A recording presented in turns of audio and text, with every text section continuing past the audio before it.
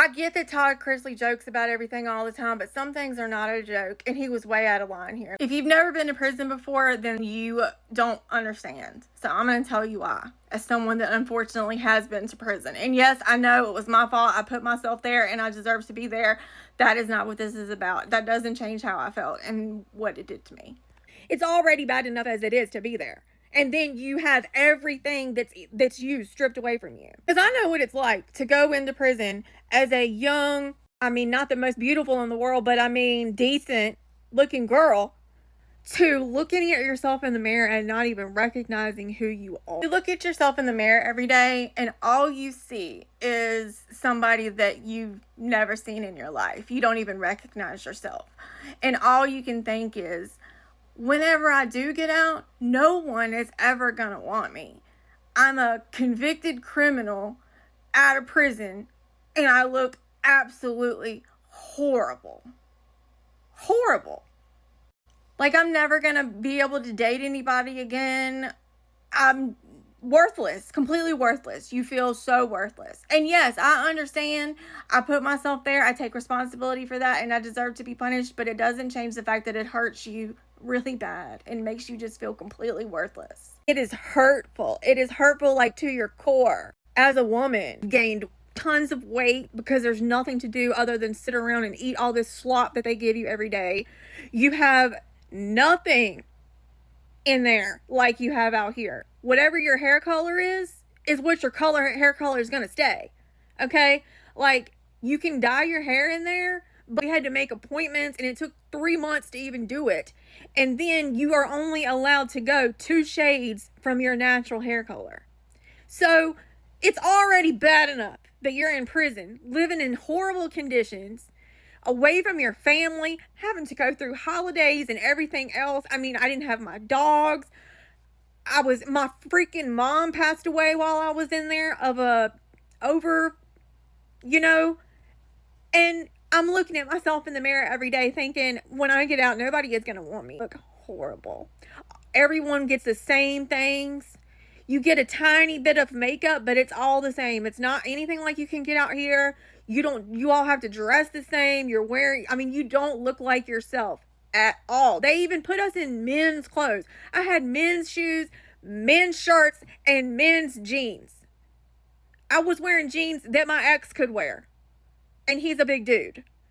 So I felt terrible about myself. Absolutely horrible about myself. And I had to go to my mom's freaking funeral like that. And have my entire family that's used to see me, dressed up all pretty, looking nice, wearing men's clothes. Big baggy men's clothes. Looking terrible. I didn't have my blonde highlights. I didn't have nothing. And they made us cut our hair back then. I had to have my hair chopped off to here. My hair was almost down to my butt. It's been something that I've always took really, really good care of forever. And it was like one of my best things. And they literally just chopped it off in a straight chop. And that's it. And it's over. They didn't even try to fix it or anything. I had to have my friend that was my roommate fix my hair and even it up with the nail clippers to make it look halfway decent.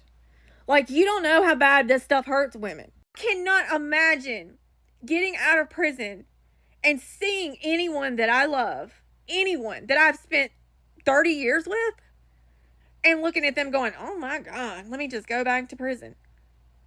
He hadn't even been able to see her or talk to her in over 2 years. He still had like 10 more years to go.